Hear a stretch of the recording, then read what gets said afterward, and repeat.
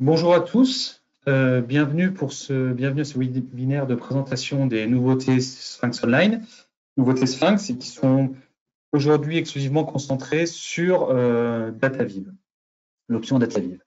Donc on va passer un petit moment ensemble afin de vous présenter tout ce que l'on a développé sur les derniers mois. Alors pour me présenter, donc je suis Boris Moscarola, je suis accompagné de Muriel Dedona. Bonjour à tous. Bonjour Muriel. Donc, pour des questions de responsabilité sanitaire, nous ne sommes pas dans la même salle afin de pouvoir faire une présentation démasquée. Voilà. Nous ne sommes pas masqués. Donc, on essaiera de garder un maximum d'interactivité pendant la présentation, malgré notre distance physique, et on devrait y parvenir. Donc, Muriel est en charge de la mission de Muriel aujourd'hui, les chefs de projet techniques. Elle s'occupe de réaliser l'interface entre nos utilisateurs, c'est-à-dire vous, et l'équipe de développement de Sphinx. Donc, elle est au cœur des développements des logiciels. Et donc, Muriel est UX designeuse et participera donc à cette présentation. Et quant à moi, donc, je co-dirige la société Sphinx avec Christelle Migaud. Un mot à ajouter, Muriel? C'était parfait. Très bien. Alors, avant de rentrer dans le vif du sujet, quelques rappels des règles. Donc, le webinaire est enregistré et il vous sera ensuite envoyé en replay via une vidéo YouTube. Vous pourrez poser des questions tout au long du webinaire. Nous y répondrons dans la mesure du possible. Et enfin, à l'issue du webinaire, une enquête vous sera adressée afin d'avoir votre avis sur cette présentation, éventuellement sur les points d'amélioration et les nouveaux sujets que vous souhaiteriez voir abordés.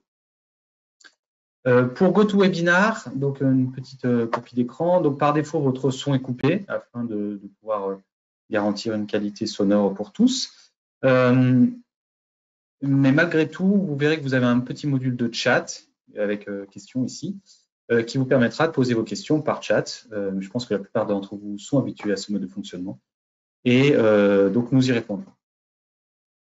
Alors, si nous rentrons maintenant dans le vif du sujet, du webinaire. Donc, comme je vous l'ai dit en introduction, ce webinaire cette présentation sera concentrée exclusivement sur l'option DataVive qui vous permet d'analyser et de présenter l'ensemble de vos résultats d'études et de les partager.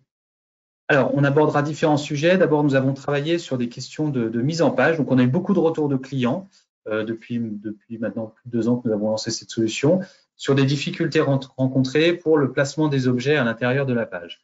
Donc, on a développé des fonctions qui permettront de retailler, positionner les objets. Donc, ça, Muriel vous présentera. Ensuite, on a fait un gros travail sur la production de contenu pour les analyses textuelles et sémantiques suite au développement qu'on avait réalisé sur l'interface de construction de dictionnaire. Donc, on vous présentera ça. Je me chargerai de cette présentation. Le troisième point concernera les tableaux personnalisés, puisque vous avez pu le constater, en octobre dernier, nous avons lancé une nouvelle fonction qui permet de construire des tableaux ad hoc en définissant ce que l'on veut en ligne, ce que l'on veut en colonne et ce que l'on veut en cellule. Donc, on a poursuivi l'enrichissement de cette interface de conception de tableaux personnalisés. Nous avons également travaillé sur une fonction de scénarisation qui permet de déclencher des filtres à partir d'une image. Et enfin, des nouvelles fonctionnalités de tri et de mise en forme conditionnelle dans les tableaux et graphiques. Voilà, donc je vais passer la parole à Muriel, qui va se charger de la suite de la présentation. C'est bon pour toi, Muriel? C'est bon pour moi. Alors, rebonjour à tous. Est-ce que vous m'entendez et est-ce que vous voyez mon écran avec qualité de vie au travail? Vous pouvez répondre dans la partie chat si c'est bon pour vous.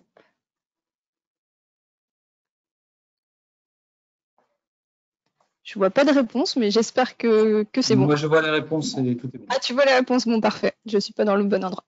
Donc, super. Donc, nous allons pouvoir démarrer sur la partie qui améliore l'ergonomie et l'interface pour que vous puissiez un petit peu avoir une mise en page facilitée, pour vous faciliter la vie. Alors, je vous montre cet exemple. Donc là, nous avons par exemple une page de garde d'un rapport et comme on le voit ici, tout est très bien aligné sur la gauche, tout est réparti de façon équitable et ça, jusqu'à la précédente version, ce n'était vraiment pas évident à gérer puisque du coup, nous n'avions pas des fonctionnalités permettant de gérer ces alignements et repositionnement et retaillage d'éléments. Alors, vous allez voir que maintenant, c'est possible. Alors, au début, nous avions quelque chose comme ça. Pour faciliter, à partir du moment où je sélectionne un ou plusieurs éléments, je vois qu'une petite barre s'affiche ici qui me permet de gérer des fonctionnalités d'alignement. Là, j'ai tout aligné à gauche. J'aurais pu tout centrer, tout aligner sur la droite ou tout mettre en haut. C'est pas ce que j'ai envie de faire. Donc, je peux aussi agrandir la largeur de tous mes éléments, diminuer cette largeur. Je peux les répartir de façon équitable, donc dans la verticale ou sur l'horizontale. Donc là, si je le faisais sur la verticale, je vois que j'ai le même espace entre chacun de mes éléments. Je peux aussi dire que cet élément-là va prendre le pas sur les autres et donc va passer à l'avant. Alors, voilà. J'aurais pu aussi mettre tout ceci bien aligné correctement. Donc là, je sélectionne tous ces éléments-là et hop, en 2 secondes, ils sont alignés sur la gauche. Donc, c'est bien pratique. Au début, pour ceux qui ne connaissent pas ces petits pictos qui sont assez conventionnels dans le monde du graphisme, ça peut être un petit peu compliqué de se dire à quoi ça correspond. Donc, il suffit de passer par pour avoir une petite infobulle qui s'affiche avec la description. Et vous verrez que finalement, on s'y fait assez vite. Autre petite nouveauté, lorsque je clique sur un élément, je peux gérer sa position et sa taille. Donc sa position, le coin supérieur gauche et le coin supérieur droit, ainsi que sa largeur et sa hauteur. Donc par exemple, ici, je pourrais augmenter cette largeur-là de 300. Ça ne va pas changer grand-chose puisque c'est du texte. Mais donc, du coup, on a vraiment une mise en page facilitée avec ces nouvelles options. Autre nouveauté, on peut également définir la largeur des colonnes. Alors, je vous montre ça tout de suite. Hop. Alors, Muriel, une petite question d'un auditeur. Une question de Céline qui demande comment on peut faire pour afficher cette barre d'outils d'alignement. Alors, il suffit de cliquer sur un élément. À partir du moment où je clique sur un élément, vous voyez, elle apparaît. Donc, un ou plusieurs, parce que du coup, soit j'aligne plusieurs objets les uns par rapport aux autres, ou si j'en sélectionne 15, je l'aligne par rapport à la page. Donc là, il irait tout à gauche de la page. Voilà. Donc, il suffit de cliquer sur un ou plusieurs éléments. Alors, pour la largeur des colonnes, alors donc là, je suis sur un tableau. Précédemment, on pouvait bien sûr à la main gérer la largeur de ces colonnes. On a le curseur de la souris changeait. Et bien maintenant, on peut définir la largeur des colonnes. Si je coche ici l'option, donc je l'avais déjà coché, mais je la recoche. Si je la décoche, la taille se met en place automatiquement. Et si je la recoche, je peux définir la largeur des colonnes. Donc chaque largeur est séparée par un point-virgule, donc pour définir chacune de mes colonnes. Je ne connais pas à l'avance la largeur de mes colonnes, donc petite astuce pour pouvoir la connaître, je peux commencer à bouger à la main une largeur et vous allez voir que la première largeur se met en place et donc je peux du coup définir les suivantes comme je le souhaite. Ça me permet vraiment de faire la mise en page telle que je la veux. Donc voilà pour les premières nouveautés dans l'interface ergonomie et je laisse donc la parole à Boris pour les analyses textuelles et sémantiques. Merci Muriel. Donc je vais reprendre la main pour la présentation. C'est bon, tout le monde voit bien mon écran. Normalement, ça devrait être OK. Oui, et vous m'entendez également, j'imagine, puisque j'ai posé une question, vous y avez répondu. Donc tout va bien dans le meilleur des mondes. Alors, pour poursuivre, comme je le disais en introduction, nous avons également travaillé sur les solutions d'analyse textuelle et sémantique. Donc, il y a à peu près 1 an et demi, on a développé une nouvelle fonction qui permettait de concevoir des dictionnaires ad hoc, c'est-à-dire une grille thématique qui va être alimentée par des lexiques, qui peuvent être des mots et des expressions, afin de pouvoir associer un verbatim à une thématique donnée, à une ou plusieurs thématiques données. Donc, cette interface, nombreux d'entre vous se la sont appropriés, mais ce dont on s'est rendu compte, c'est que finalement, quand on commençait à en travailler, comme souvent d'ailleurs, on se retrouvait face à l'angoisse de la page blanche. Donc, on a une belle interface pour la construction des dictionnaires. On a quelque chose qui marche bien et qui sera très efficace dans le traitement, mais le premier pas finalement qui consiste d'une part à définir les thématiques et d'autre part ensuite à aller alimenter ces thématiques et ces lexiques, est un travail qui finalement est assez fastidieux et qui peut parfois décourager. Donc par rapport à ça, on a fait un gros travail sur les derniers mois pour aller concevoir des dictionnaires génériques qui sont mis à disposition dans l'application et qui vous permettent de passer finalement ce premier moment d'angoisse où on se retrouve face à une page blanche et à ne pas savoir finalement quelles sont les thématiques à définir et comment on va pouvoir les alimenter. Donc, on s'est inspiré de plusieurs dizaines, voire quelques centaines de milliers de verbatim issus de différents contextes et de différents secteurs d'activité afin de concevoir, dans un premier temps, 7 dictionnaires thématiques qui sont présentés ici. Donc, un premier dictionnaire qui permet d'identifier les clients types, par exemple les clients à risque, ceux qui risquent de partir, les clients qui sont plus promoteurs, les clients qui sont un peu indécis, etc. Donc, je vous montrerai des exemples. On a conçu un dictionnaire thématique sur l'expérience client de manière générale, afin de pouvoir évaluer, comprendre finalement ce que les clients racontent dans l'échange qu'ils peuvent avoir avec une marque ou une organisation. On a fait le pendant de l'expérience client avec une expérience collaborateur, donc plutôt dédiée à des études de climat interne, pour finalement comprendre quelles sont les préoccupations des collaborateurs, les préoccupations des salariés, afin de pouvoir améliorer l'expérience et améliorer du coup la performance. Un dictionnaire qui est plutôt orienté sur des problématiques de e-commerce.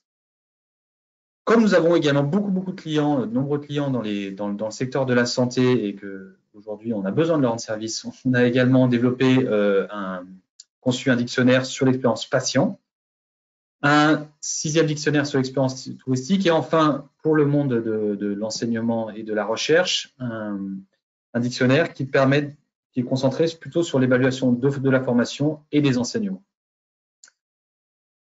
Alors, j'ai concrètement, je vais revenir cette fois sur l'application. Donc, j'ai ici, on va le voir, plusieurs. Hop, je vais masquer ma fenêtre. Boris ?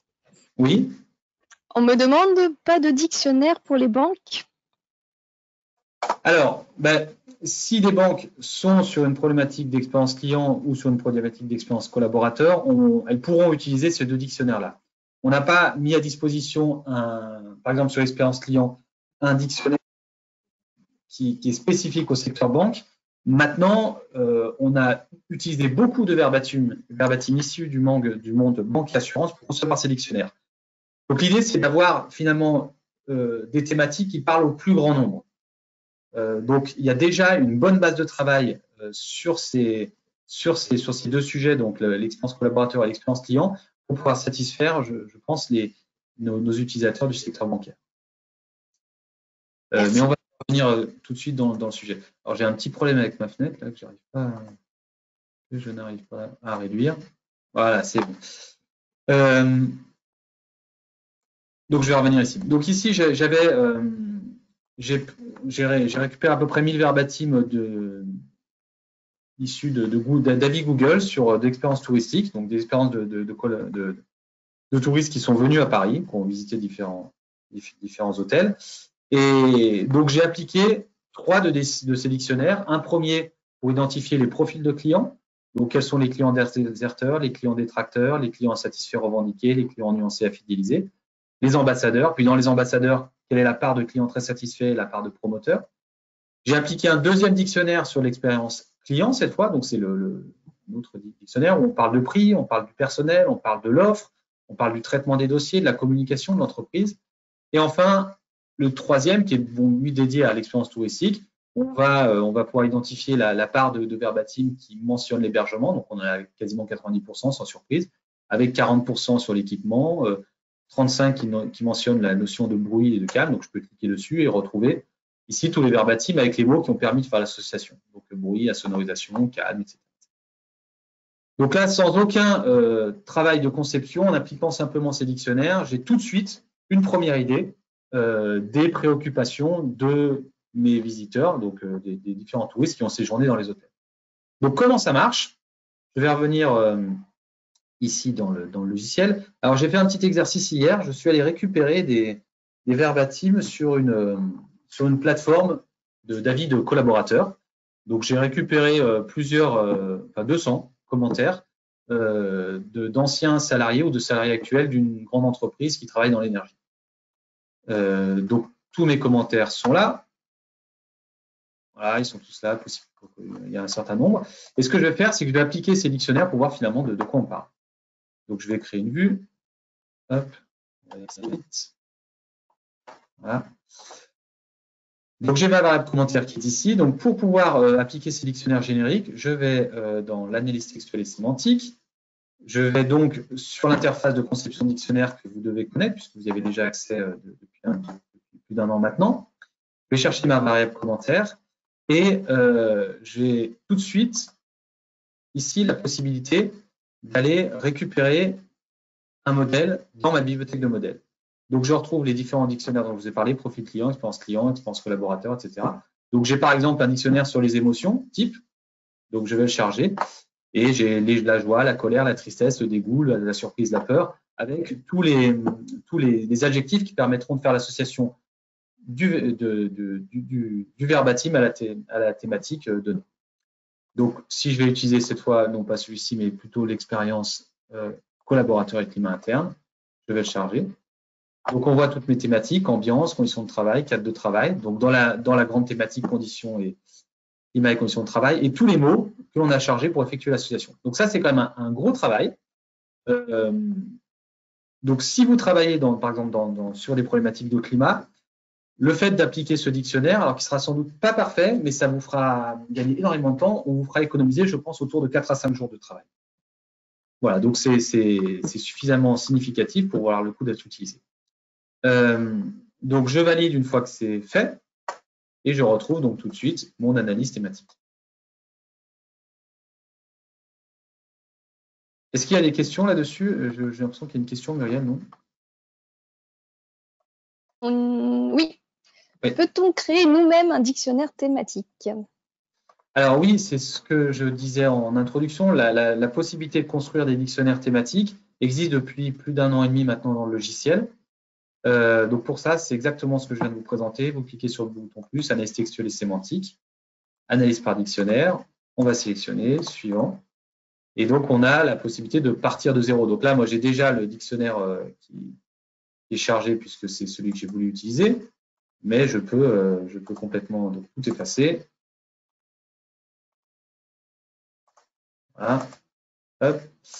Et repartir de cette fameuse page blanche qui parfois peut être un petit peu angoissante. Donc, je crée ma catégorie, je définis ma thématique et puis je vais ensuite aller rajouter des thèmes. Et puis, pour construire le dictionnaire, si on l'avait déjà présenté, je vais aller chercher tous les mots du lexique qui sont à gauche ici, donc tous les mots qui sont utilisés par les individus pour les associer aux thématiques données. J'ai l'impression qu'il y a une autre question, Muriel. Oui. Alors, on nous demande si, à partir du dictionnaire thématique, il y a beaucoup de questions, est-ce que l'on peut le modifier et l'enregistrer sous un autre nom? Alors, tout à fait, ce qui permet d'aller sur la fonctionnalité suivante que j'avais presque oublié de présenter. Donc, quand on a appliqué un modèle, d'ailleurs, peu importe qu'on ait appliqué un modèle ou non, donc je vais en appliquer un. Je vais reprendre l'expérience collaborateur, je vais le charger. Voilà, donc là, je vais rajouter éventuellement un mot, par exemple, ici, qui s'appelle culture d'entreprise, que je vais rajouter dans l'ambiance. Bon, c'est très, très pertinent, mais peu importe. Je vais le renommer, je vais l'appeler climat, tout seul. Voilà, donc, on peut faire les modifications que l'on souhaite, finalement, supprimer, ajouter des thématiques. Et une fois que c'est fait, on a la possibilité d'aller exporter ce dictionnaire, que je vais récupérer dans un format qui est ici. Donc là, j'ai cliqué sur exporter, je récupère là. Et donc, ce dictionnaire, je vais pouvoir ensuite aller l'enregistrer sous un autre nom éventuellement et le récupérer pour l'appliquer sur une autre étude. Donc, tout le travail qui sera fait sur une première étude de modification, d'enrichissement des dictionnaires que nous, on a conçus, des dictionnaires thématiques, pourra être utilisé pour être appliqué sur un autre sujet. Voilà. Alors, Boris, nous avons beaucoup de questions, donc nous répondrons à la majorité soit en fin de présentation, soit par écrit, mais j'en pose encore une supplémentaire. Donc, on nous demande comment se fait la sélection des commentaires. Est-ce une fréquence d'apparition du mot est-ce qu'une fréquence d'apparition du mot a été établie pour la sélection? Alors, pour la sélection des mots, alors, comme j'explique, effectivement, on va pouvoir tout représenter. Mais le principe, c'est que je vais retrouver ici tous les mots du lexique. Ces mots sont classés par fréquence de répétition, en fonction du nombre d'occurrences. Donc, on voit ici que le mot bon a été répété 58 fois. Je vais retrouver tous les verbatims associés.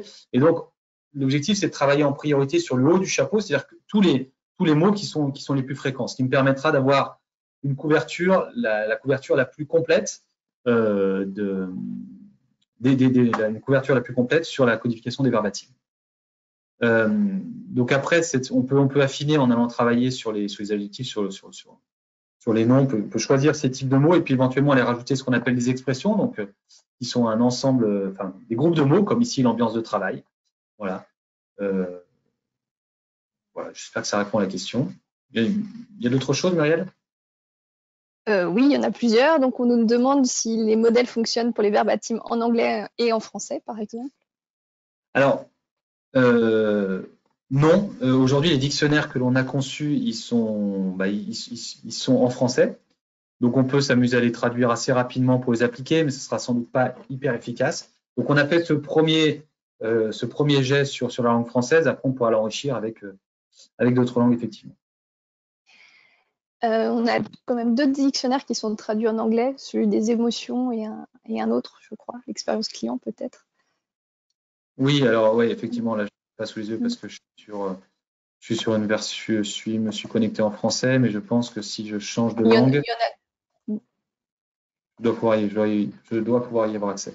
Ouais, nous avons une autre question qui concerne plus la lématisation pour ceux qui connaissent ce terme. Est-ce que les mots sont associés? Exemple, si on clique sur beau, est-ce qu'on a aussi belle, beau avec un X, etc.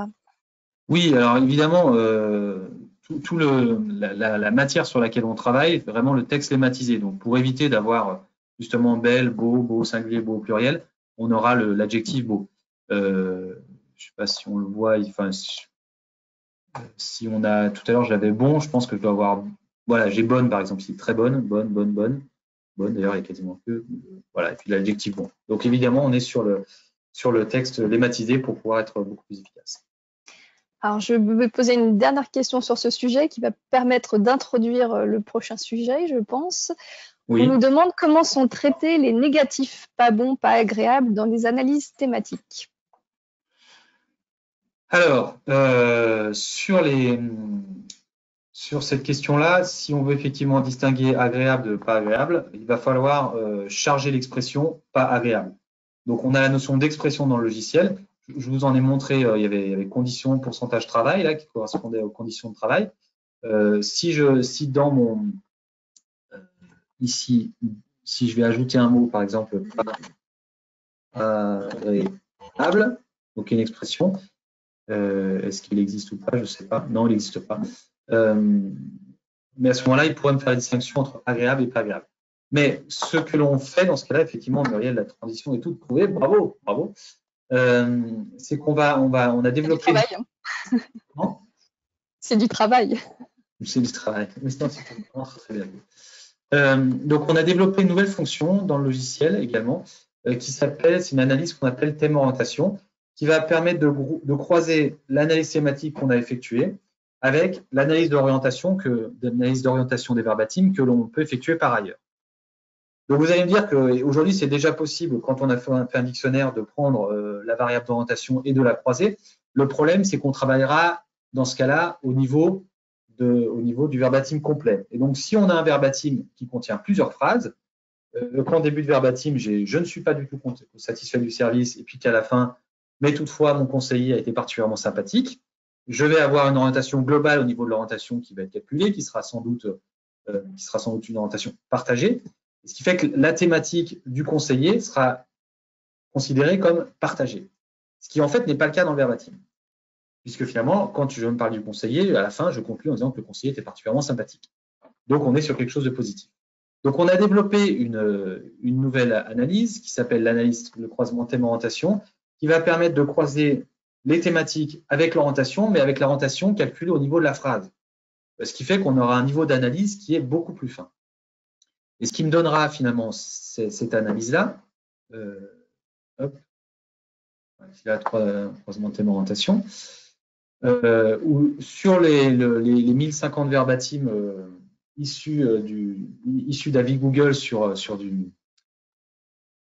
les hôtels parisiens, donc j'ai mes différentes thématiques et là-dessus j'ai appliqué donc mon croisement thème orientation et il a pu me trouver donc 18% d'opinions partagées sur la chambre, 6% d'opinions négatives sur la chambre. Donc si je clique sur ces opinions négatives, on voit bien que c'est uniquement le fragment phrase qui est effectivement identifié. Donc chambre très petite et manque de rafraîchissement. On est sur la thématique de la chambre, on voit qu'elle est négative et donc cette thématique-là fait partie des 6%. Voilà, donc ça nous permet d'avoir un niveau d'analyse qui est beaucoup plus fin. On peut d'une part identifier les thématiques, mais on est d'autre part capable finalement de de définir comment les clients parlent de ces thématiques qui ont été identifiées.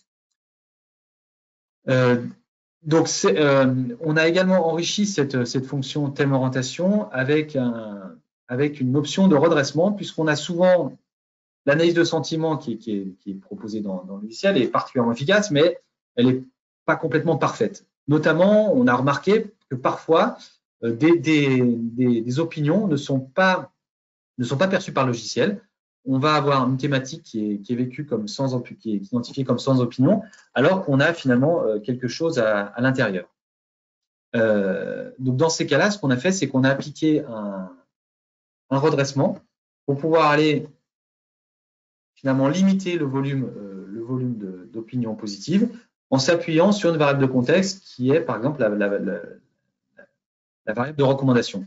Donc, ce qu'on a remarqué, c'est qu'en général, dans 99% des cas, tous les commentaires qui sont issus de super détracteurs, c'est-à-dire des individus qui donnent une note de 0 à 4, à 3, sont en général toujours négatifs. Et les promoteurs, les promoteurs qui donnent une note de 9 et 10, toutes les 100 opinions qui sont identifiées dans le logiciel sont en fait finalement positives. Donc, on va aller redresser ces résultats en appliquant systématiquement sur les 100 opinions des super détracteurs ou sur les 100 opinions des promoteurs une opinion qui sera donc positive pour les promoteurs et négative pour les détracteurs. Ce qui permet d'avoir des résultats qui vont varier. Et donc, si ici, je vois que j'ai 8% d'opinions négatives, d'opinions neutres sur la chambre, et on voit ici qu'on a chambre un peu petite. Alors, c'est celle-ci, voilà. Hôtel calme, chambre agréable. Donc, il l'a vu comme sans opinion. Je ne sais pas pourquoi. Donc, si je passe maintenant sur mon échantillon redressé, sur mon analyse redressée, je vais avoir donc non plus 8%, mais 5% d'opinions, de sans opinion. Et dans mes 38% d'opinions positives, je vais sans doute retrouver le verbatim, voilà, ici, c'est cette observation-là, la AJP, etc., avec hôtel très calme et chambre très agréable qui est passé en positif. Donc, ça permet d'améliorer la qualité des résultats en s'appuyant sur une variable de contexte. Alors, Boris, nous avons deux questions. Donc, oui. La première, c'est de savoir s'il s'agit d'une option ou si la fonctionnalité est de base pour tous les comptes clients, et aussi de savoir si l'orientation fonctionne uniquement pour le français ou pour d'autres langues. Alors, concernant l'orientation, elle est aujourd'hui disponible en français, en anglais et en espagnol. Enfin, demain en espagnol. Et en allemand non. Et l'orientation? Non, elle n'est pas disponible pour le moment. Donc, c'est vraiment français, anglais et espagnol. Ça, c'est la première chose. Et ensuite, cette analyse, elle est disponible sur option, puisque c'est un moteur particulier qu'on a mis en place. Donc, ça, il faut vous rapprocher de vos interlocuteurs commerciaux pour pouvoir en bénéficier. Alors, comment ça se passe dans le logiciel concrètement pour pouvoir mettre en œuvre tout ça? Donc, à nouveau, dans mon bouton plus, analyse textuelle et sémantique. Hop. Je vais cliquer. Je vais chercher l'analyse qui s'appelle croisement thème orientation. Donc, il va me demander d'identifier ma variable commentaire. Je vais faire suivant. Donc, il va bien vérifier que c'est à nouveau le dictionnaire climat sur lequel je souhaite travailler. Je vais valider. Alors, je vais peut-être mettre sur une autre page pour que ce soit plus lisible. Voilà.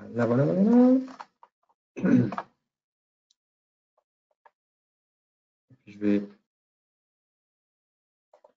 juste augmenter la taille de ma page. On a plus de place. Donc, j'ai mon analyse qui est générée. Donc, je vais mettre finalement cette analyse thématique en regard avec des verbatims. Voilà. Qui sont ici.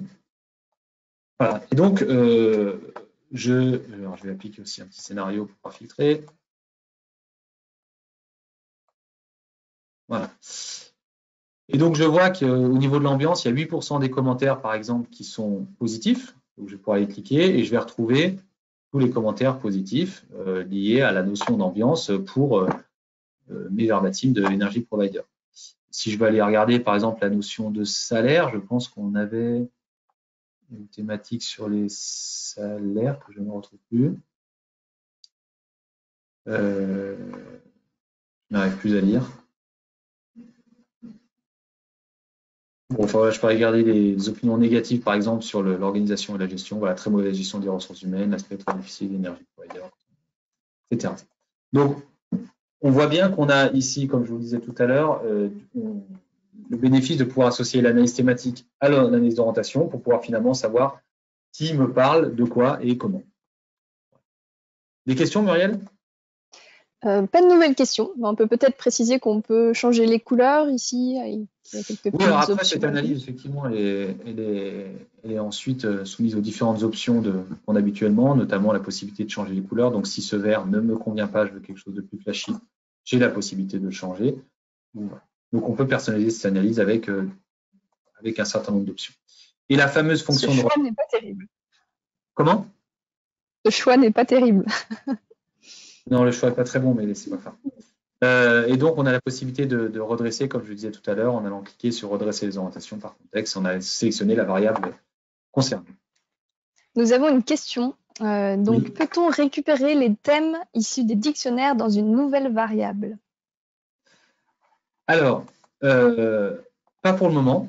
Ça fait partie des fonctions que l'on va développer pour sans doute la prochaine mise à jour, si on y arrive, ou ce sera celle d'après. Mais pour le moment, on travaille directement sur la variable constituée.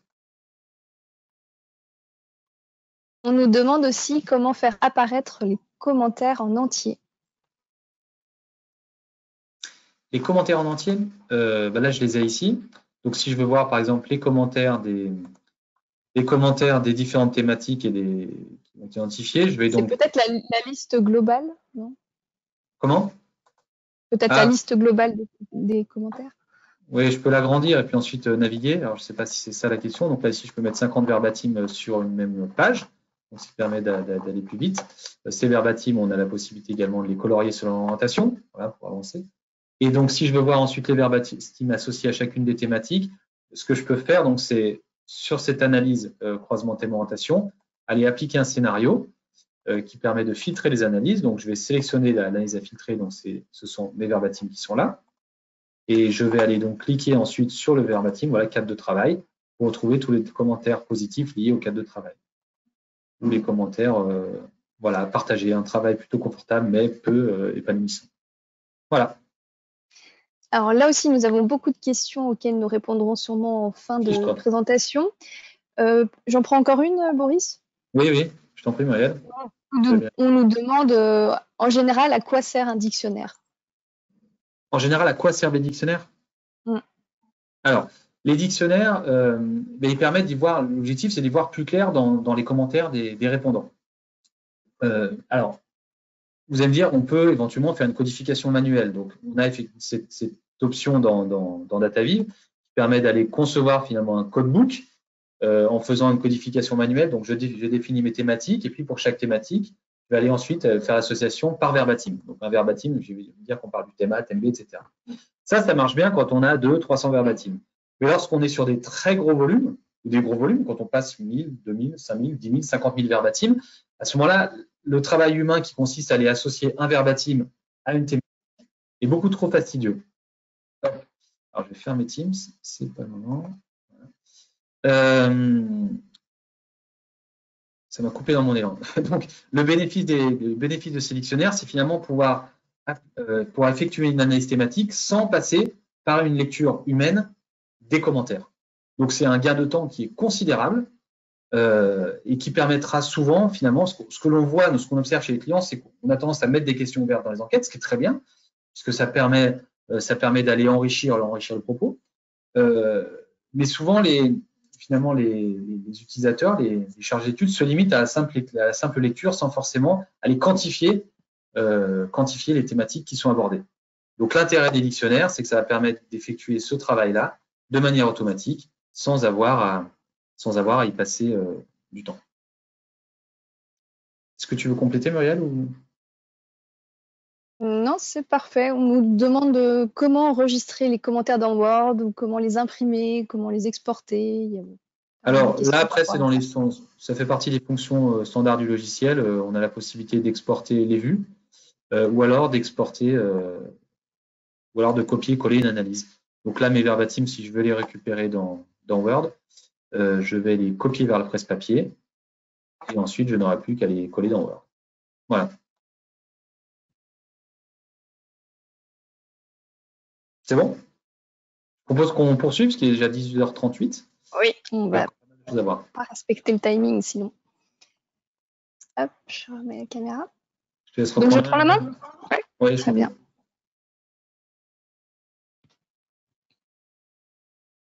Alors nous allons passer désormais au tableau personnalisé. Alors les tableaux personnalisés, on vous les a déjà présentés lors du précédent webinaire.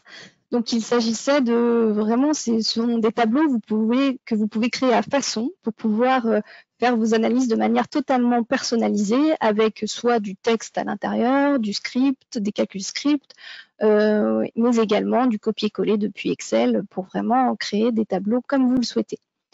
Alors, je vais vous représenter plusieurs exemples de tableaux aujourd'hui pour vous présenter les nouveautés que nous avons mis en place toujours au sein de ces tableaux que nous allons continuer d'enrichir au fur et à mesure.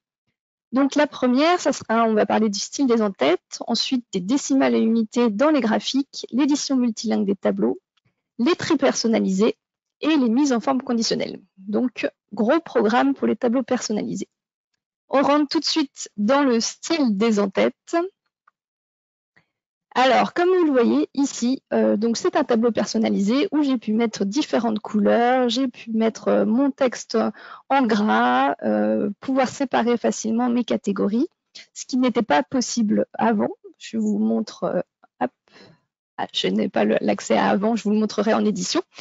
Donc, ça m'a permis de mettre en valeur mes catégories, puisque j'avais des types d'activités, j'ai pu les regrouper par catégorie et mettre en valeur cette en-tête. Alors, comment on fait ça? Donc, je suis passée ici dans ma vue DataVive, je suis sur un tableau personnalisé que je vais éditer. Alors, voilà comment je l'ai construit. Vous voyez, donc là, j'ai du calcul script qui me permet d'avoir la moyenne des dépenses et le lieu de séjour le plus cité par type d'activité. Et pour mettre en forme mes en-têtes, eh bien, du coup, nous avons mis en place ces nouvelles fonctionnalités ici que vous connaissez sûrement. Donc, la mise en gras en italique, le souligné, je peux changer la police, la couleur d'écriture, la couleur de fond. Donc, tout est possible. Donc, ça, je peux le faire sur mes lignes d'en-tête et sur mes lignes de texte, pas encore sur les lignes contenantes du script. Là, on peut juste gérer la couleur de fond. Alors voilà pour cette première nouveauté. Comme vous le voyez, juste un petit mot sur ce tableau. Donc, il a été créé en mettant automatiquement ces activités et un filtre a été mis à chaque fois sur chacune. Donc, le filtre se met automatiquement. On va voir plus tard dans un autre exemple comment on fait ça. Mais voilà, comme ça, vous aurez un aperçu de cette construction de tableau. Muriel, deuxième nouveauté. Oui. Une petite question de Nathalie qui nous demande si les tableaux personnalisés sont disponibles en option. Alors, ils sont réservés aux clients qui ont l'option Premium, il me semble. C'est bien ça? Oui. Boris confirme, c'est parfait. Donc, du coup, rapprochez-vous de votre commercial si vous ne l'avez pas, parce que c'est vrai que c'est très pratique. On passe aussi à la nouveauté qui est de l'affichage des décimales et unités sur les graphiques qui sont générés à partir des tableaux personnalisés. Car quand vous faites un tableau personnalisé, vous avez tout à fait la possibilité de le transformer en graphique. Par exemple, ici, j'ai créé un autre tableau personnalisé. donc qui me permet d'avoir la dépense moyenne par type, type de dépense. Et donc, je vois, j'ai juste un tableau et j'ai eu la possibilité de dire que j'affichais le tableau et le graphique. À la base, j'avais que le tableau, je mets le graphique. Et la nouveauté, c'est que maintenant, puisque j'ai défini une unité ici, comme je vais vous le montrer tout de suite, donc pour ce faire, j'ai sélectionné ma colonne et j'ai dit ici dans ce petit bouton que je voulais des euros avec une seule décimale. J'aurais pu en mettre 2 si jamais. Hop. Je valide ça. Et je vais voir que j'ai 2 décimales et l'unité qui apparaît également dans le graphique. Donc, ce n'était pas le cas jusqu'à présent et c'est une nouveauté. Autre nouveauté, il est désormais possible de faire l'édition multilingue d'un tableau personnalisé. Donc là, comme vous le voyez, je suis en français. Donc, j'ai mon tableau en français. Si je voulais le traduire en anglais ou dans une autre langue que j'aurais ajoutée à mon enquête, ici, j'ai ajouté l'anglais. Il suffit que je passe sur la vue. Donc là, je l'avais déjà préparé, donc c'est traduit.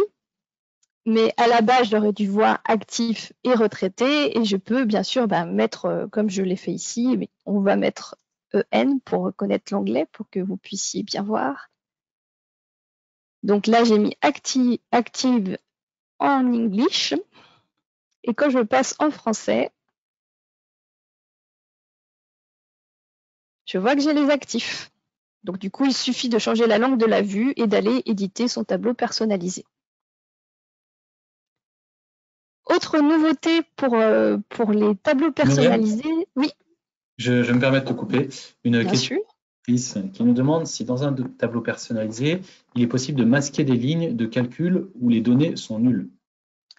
Je ne crois pas qu'on puisse le faire de façon automatique ou peut-être avec la mise en forme conditionnelle. Peut-être que tu peux m'aider là-dessus, Boris. Je préfère te laisser ramer, Muriel. Je Non, effectivement, on pourra le faire avec les fonctions de mise en forme conditionnelle pour masquer une colonne, masquer une ligne. Mais on ne. Oui, Ou ce les sera. données sont nulles, je ne sais pas si. Non, c'est en fonction, on va mettre inférieur à une valeur. Donc inférieur ou Oui. supérieur à une valeur, on va masquer on va pouvoir masquer une ligne. Donc si j'ai un pourcentage qui est inférieur à 0,1%, inférieur ou égal à 0, à ce moment-là, j'ai la possibilité de masquer. Ok. On enverra peut-être une capture écran de comment faire à la personne qui a demandé. Ouais. Ok, super. Donc, nous passons, comme je le disais, au tri personnalisé. Autre nouveauté pour les tableaux personnalisés. Donc, jusqu'à présent, on ne pouvait pas mettre en place des tris sur ces tableaux. Donc là, je vois que j'ai mis en place un autre tableau personnalisé. Je vous montre le cœur du système si vous voulez le reproduire chez vous. Donc, j'ai toujours mes activités ici, la moyenne des dépenses, le lieu de séjour le plus cité pour chacune de mes activités et la satisfaction moyenne par activité. Alors, ce tableau, j'ai la possibilité désormais de le trier. Alors, pour le trier, comment faire? Donc, nous allons dans l'onglet Avancé, ici. Et là, j'avais déjà mis en place un tri, donc on le voit, mais il suffit de cliquer sur la petite roue crantée et nous pouvons mettre en place des tris jusqu'à 3 tris. Donc là, j'ai choisi de trier déjà par ma colonne satisfaction, donc ma donne de satisfaction. Et comme je le vois ici, j'ai des égalités. Donc là, j'ai 6-1, 6-1 deux fois. Et donc, je peux dire que pour ces égalités, je les trie en fonction de la colonne des dépenses par ordre décroissant. Donc, c'est pour ça que j'ai d'abord la valeur la plus élevée en premier et non, pas l'inverse. Oui, là, j'ai du coup par ordre croissant, donc la valeur la plus petite en premier et ensuite la plus élevée. Donc, on a plein de possibilités de tri pour les tableaux personnalisés. On verra plus tard qu'on a vraiment étendu ce tri personnalisé sur d'autres analyses, donc ça sera pour la suite. Pour la dernière nouveauté des tableaux personnalisés, je vais changer d'enquête. Nous allons passer dans un reporting commercial pour avoir un exemple différent. Alors, hop. Et nous allons parler de mise en forme conditionnelle. Alors, nous serons face à un reporting commercial. Je vais déjà vous le montrer en version app. Depuis ce reporting app, à quoi ça ressemble? Donc, toujours grâce au tableau personnalisé, nous avons ici créé un reporting, un suivi commercial qui permet de suivre un chiffre d'affaires, l'objectif de définir un objectif de croissance, de mesurer la croissance réalisée, le taux de croissance et de mesurer l'écart par rapport à l'objectif. Donc, l'écart entre la croissance et l'objectif annoncé. Donc, comme on le voit ici, j'ai pu mettre en forme suivant des conditions, donc mon tableau personnalisé. Donc, je disais que quand j'étais sur un écart à l'objectif négatif, j'ai pu afficher des petits panneaux attention. Si mon écart était positif, j'ai mis un fond vert. Donc, tout ça se fait automatiquement. On va pouvoir voir comment. Alors, je vous montre tout de suite.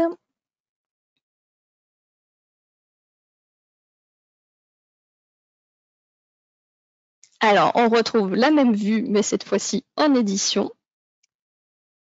Encore une fois, on va aller voir dans le cœur de l'outil. Alors, si je voulais le reproduire, ce tableau, je vous le montre en quelques secondes. Donc, on voit, pour rappel, ici, on a des familles de produits, le CA de l'année 2017, celui de l'année 2018, de croissance, croissance réalisée, taux de croissance. Donc, on va essayer de se souvenir de tout ça dans une nouvelle page. Hop. Donc, on va dans tableau personnalisé ici. Je lance le chrono, Muriel. Tu as 1 minute pour nous montrer que c'est possible. Défi. Allez, vite. Donc, on ajoute des lignes très remplis avec des modalités. Donc, nous étions sur une famille de produits. Donc, je choisis ma variable famille. Hop, je vois que ça va m'ajouter 6 lignes. Automatiquement, ça m'ajoute 6 lignes avec directement le filtre sur chacune de ces familles de produits. Dans mon premier tableau, j'avais mon CA 2017. Alors, je vais ajouter pareil là mes années en 2 clics. Colonne, hop.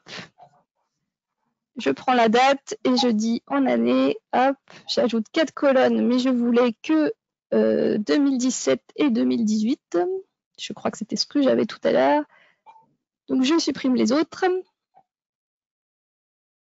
Donc, ça m'ajoute là aussi mes filtres.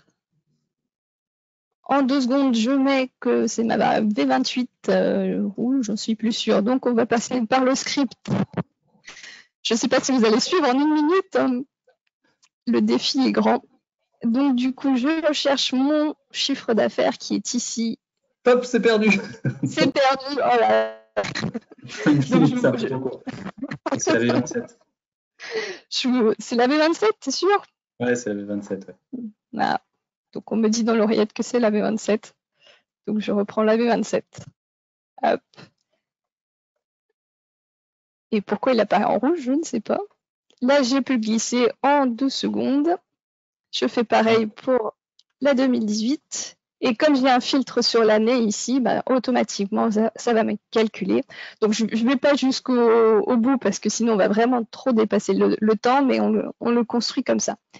Pour les mises en forme conditionnelles, le sujet qui nous préoccupe aujourd'hui, donc, pas préoccupe, le mot est grand.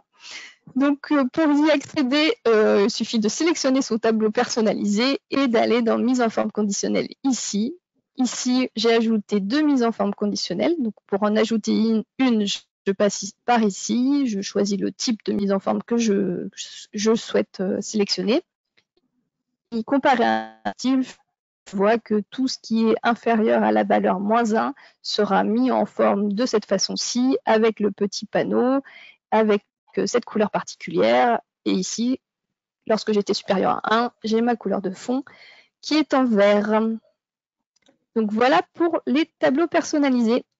Peut-être Muriel, juste avant de sortir de cette thématique, juste revenir sur les tableaux personnalisés pour remontrer, sans forcément tout refaire, mais sur celui qui a été conçu ici, là, les fonctions qui permettent de faire des calculs intercolonnes. Ça, c'est particulièrement utile, parce qu'on les voit ici. Oui, alors tout à fait. Donc, par exemple, ici, vous voyez qu'on a simplement mis, donc on a voulu calculer la croissance. Donc, du coup, on a fait C2 moins B2. Donc, je l'ai juste écrit une seule fois. Je vais reprendre l'exemple. Hop. Pour faire un calcul intercolonne de ça moins ça. Et il a suffi que je le glisse pour que automatiquement ça me calcule que ça fasse les calculs intercolonnes de tout l'ensemble de toutes mes lignes. Pareil pour les taux de croissance, il suffit que je les glisse. Si jamais j'avais voulu que C2 moins B2 reste tout le long, donc que ça ne passe pas en C3 moins B3, il aurait suffi que j'écrive C et B en minuscules, donc qui est l'équivalent du dollar sur Excel. Merci Muriel. Je t'en prie. D'autres choses sur les tableaux personnalisés, des questions? Non, nous n'avons pas de questions. C'est que la présentation était parfaite. On va dire ça. Donc du coup, je te laisse la main pour la scénarisation. Merci Muriel. Alors, il faut que j'arrive à reprendre la main.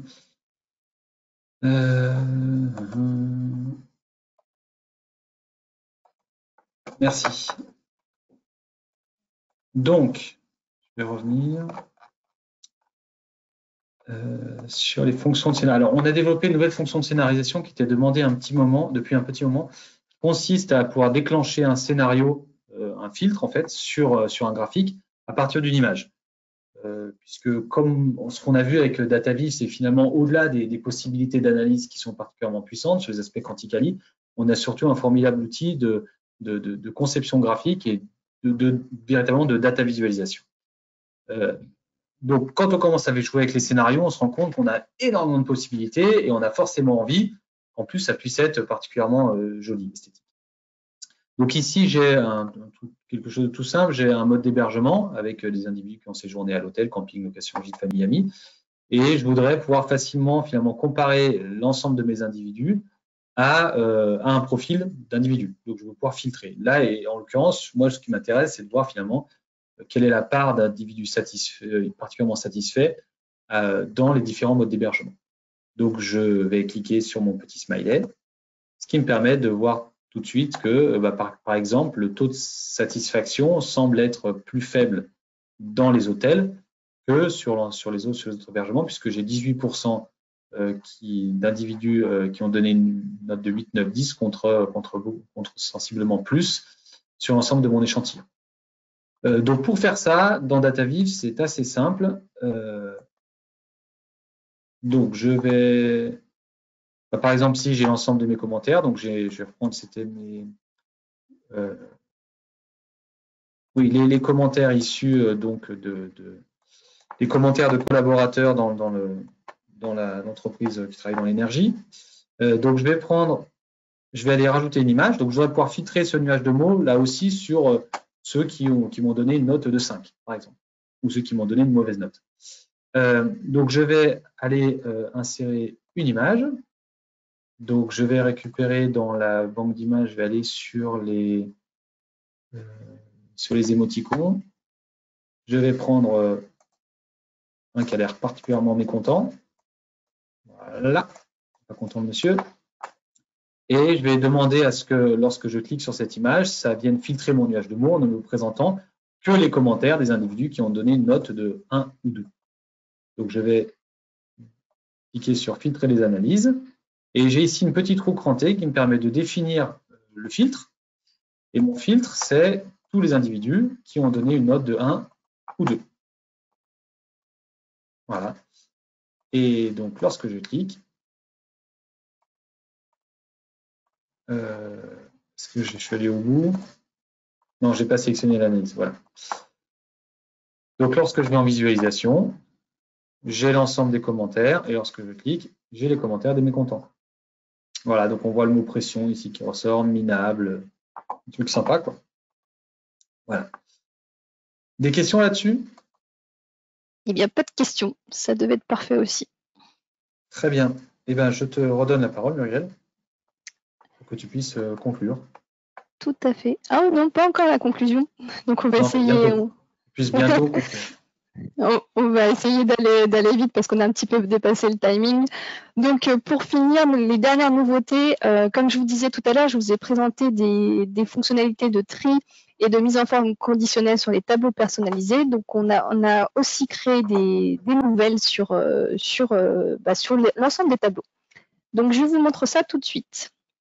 Donc, parmi les nouveautés, nous avons désormais la possibilité de trier une liste de verbatim, notamment en fonction de sa note d'évaluation. Donc, par exemple, ici, j'ai affiché une liste de commentaires. J'ai ajouté des variables signatures, donc pour savoir, pour avoir un petit peu des informations sur chacun de ces commentaires, et la note d'évaluation. Et là, j'ai choisi d'afficher les meilleures notes en premier, comme on le fait souvent dans les sites corporate. Alors, comment je fais ça? Je vous le montre tout de suite. Donc, c'est comme tout à l'heure, on doit aller dans la partie avancée. Et on a ici un tri personnalisé, donc c'est comme tout à l'heure, sauf que comme nous sommes sur une liste de verbatim, nous avons la possibilité de trier selon l'évaluation, comme on le voit ici. Donc selon l'évaluation, par ordre décroissant pour avoir les meilleures notes en premier. Et ensuite, j'ai choisi l'ordre chronologique décroissant pour avoir les commentaires les plus récents en premier. Donc voilà pour la première nouveauté sur les tris sur les verbatim. Nous pouvons aussi faire des tris en ligne. Alors, il ne veut pas cliquer. Mon ordi ne veut plus, donc je passe ici. Donc, du coup, les tris, la plupart des tris se font sur les colonnes. Et là, nous avons la possibilité de faire un tri en ligne qui me permet, par exemple, sur ce type de tableau, où là, j'affiche le total des activités, le nombre de personnes qui déclarent avoir effectué cette activité par lieu de séjour. Et je voudrais, comme ici, mettre l'activité la plus pratiquée en premier. Donc, comme on le voit ici, 10 000, après 8 000, 6 000, on est dans l'ordre décroissant. Donc, j'affiche farniente, baignade, promenade à pied par ordre décroissant. Donc, c'est désormais possible de le faire. Donc, je passe toujours dans mes tris personnalisés et je peux mettre que je veux un tri par ligne et non pas par colonne. Donc là, j'ai choisi le tri par ligne et j'ai choisi ma ligne 18 qui est la ligne du total pour faire un tri décroissant. Donc, autre nouveauté sur ces tris aussi, c'est qu'on a la possibilité de trier les graphiques. Donc, comme on le voit ici, j'ai pu trier les lieux de séjour par note de satisfaction dans mon graphique. Donc, pour ce faire, toujours pareil, je passe ici, tri personnalisé, et j'ai choisi l'ordre décroissant. Avant, ça ne fonctionnait que sur les tableaux, ça fonctionne désormais sur les graphiques. Je peux aussi faire des tris dans les analyses comparatives, dans les analyses, dans les croisements 3D. Donc, même principe. Donc, je ne vous remontre pas, mais c'est la même chose. Par contre, autre nouveauté, on a désormais la possibilité de trier selon la valeur, d'après la valeur la plus haute du barème. Donc, quand on est dans ce type de tableau, comme ici, où nous avons des barres empilées, et bien du coup, je veux trier, par exemple, par rapport au fait que les personnes sont tout à fait d'accord, du moins tout à fait d'accord au plus tout à fait d'accord, ou inversement. Hop, si ça veut bien marcher. Et donc, du coup, là, on voit que c'est suivant la note tout à fait d'accord qu'on fait le tri est effectué. Donc là, pareil, on a mis un tri personnalisé sur la colonne 6. Dans les tris, autre nouveauté, c'est que nous avons désormais la possibilité de limiter l'affichage à n lignes ou n colonnes. Par exemple, sur ce tableau-là, comme on peut le voir en dessous, j'ai beaucoup de lieux de séjour. Mais si je veux afficher que les 10 premiers, voire même les 3 premiers, pour faire par exemple un podium, eh bien, j'ai la possibilité de dire ici, toujours dans Avancer, limiter l'affichage aux 10 premiers, mais j'aurais pu très bien sélectionner les 3 premiers. Je choisis en fonction de quoi je mets en place ce critère. Et donc là, j'affiche mon podium des 3 premiers et peu importe comment je trie, j'ai ces 3 premiers qui apparaissent. Dernière nouveauté pour les tris, c'est la possibilité d'exclure les modalités d'un tri. Donc souvent, quand on fait un tri, on ne veut pas que la colonne haute, que la modalité autre soit également triée, qu'elle se retrouve en haut, en bas, au milieu. Ça peut être la modalité autre ou non concernée ou ce que l'on souhaite. Donc pour ce faire, on sélectionne ici les modalités que l'on souhaite exclure du tri. Donc elles sont toutes disponibles. Ici, j'ai sélectionné autre, et ce qui fait que quand je trie ce graphique, hop, par exemple, je vais le mettre par ordre décroissant, eh bien, ma modalité haute se retrouve toujours en bas. Voilà pour ceci. Est-ce qu'on a des questions, Boris, avant que je passe aux mises en forme conditionnelles? Oui, une question d'Amandine qui nous demande si on peut choisir la place. Je pense que c'est la place de la modalité à exclure pour la colonne. C'est ça. Si c'est la place de la modalité à exclure, elle est forcément en bas, enfin, en bout de ligne. C'est ça. Voilà.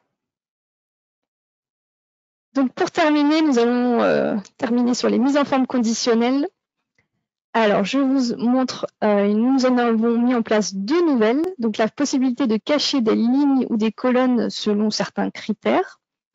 Donc ici, par exemple, on va prendre l'exemple, je voudrais cacher des lieux de séjour ayant obtenu moins de 30 réponses, parce que je pense que ce n'est pas significatif. Donc si l'effectif est inférieur à 30, je veux cacher la ligne. Ici, on voit, j'ai aucun lieu de séjour où l'effectif est inférieur à 30. Alors, comment j'ai fait ça?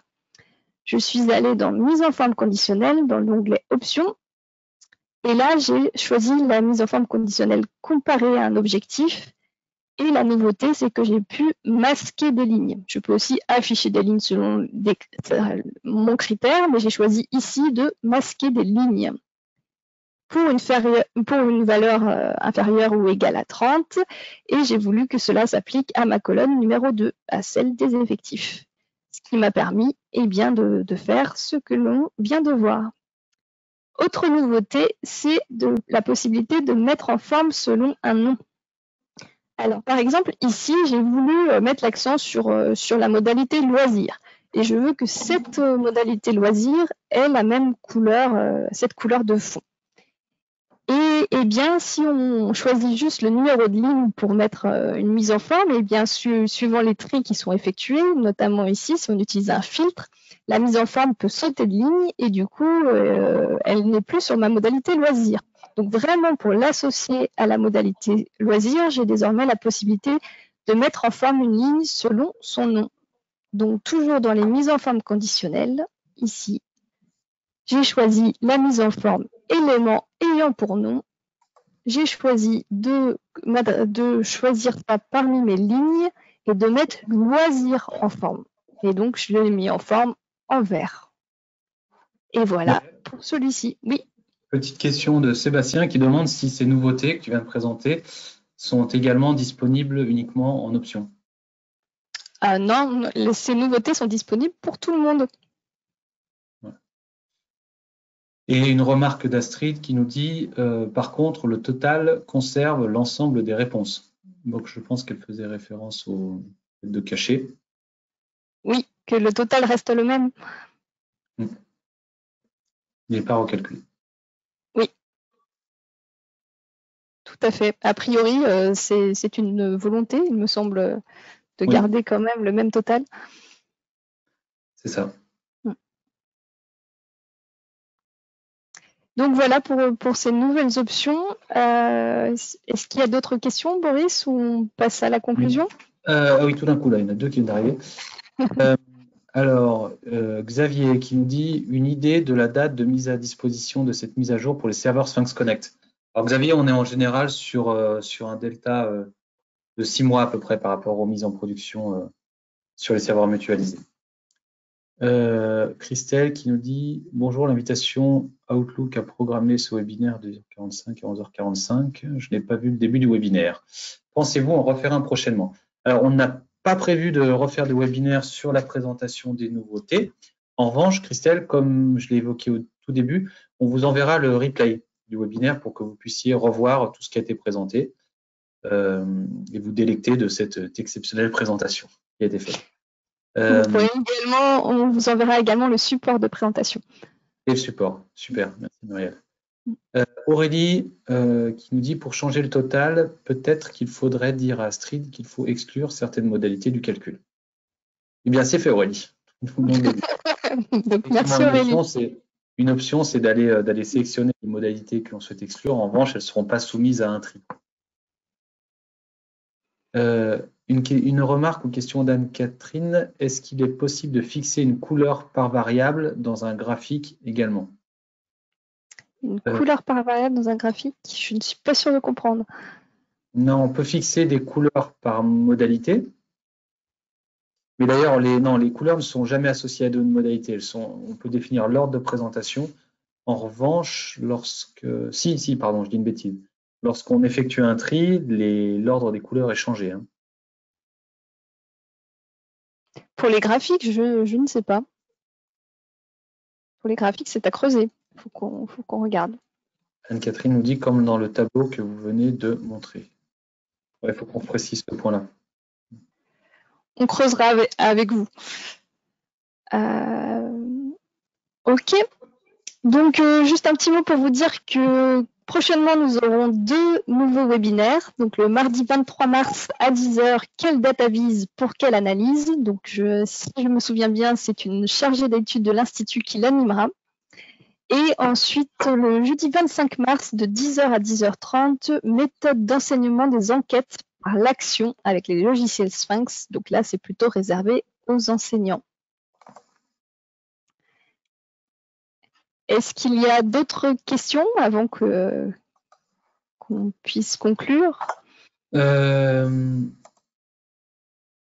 y a des remarques. Alors, Geneviève qui me dit, je suis aussi intéressée à pouvoir fixer une couleur pour chaque modalité dans un graphique. Merci. Okay, bon, on reviendra vers vous également, Geneviève. Oui, je crois que c'est pas possible, mais on va peut-être pouvoir le noter dans notre boîte à idées de bonnes choses à développer. Ok, très bien. Juste un petit mot, donc comme on vous l'a dit, on va vous envoyer à l'issue du webinaire une enquête, simplement pour savoir comment vous avez vécu ce moment-là avec nous. Ce qu'on aimerait également, si vous pouvez en profiter lorsque vous répondez, pour nous soumettre des sujets de webinaire que vous souhaiteriez aborder, tant qu'à faire, autant que l'on vous parle de choses qui vous intéressent. Donc n'hésitez pas à faire des propositions dans le commentaire texte sur des futurs sujets, des futures présentations que vous aimeriez voir. Voilà. Et on reprécise que pour les questions qui n'ont pas reçu de réponse, on va faire en sorte de vous répondre par écrit.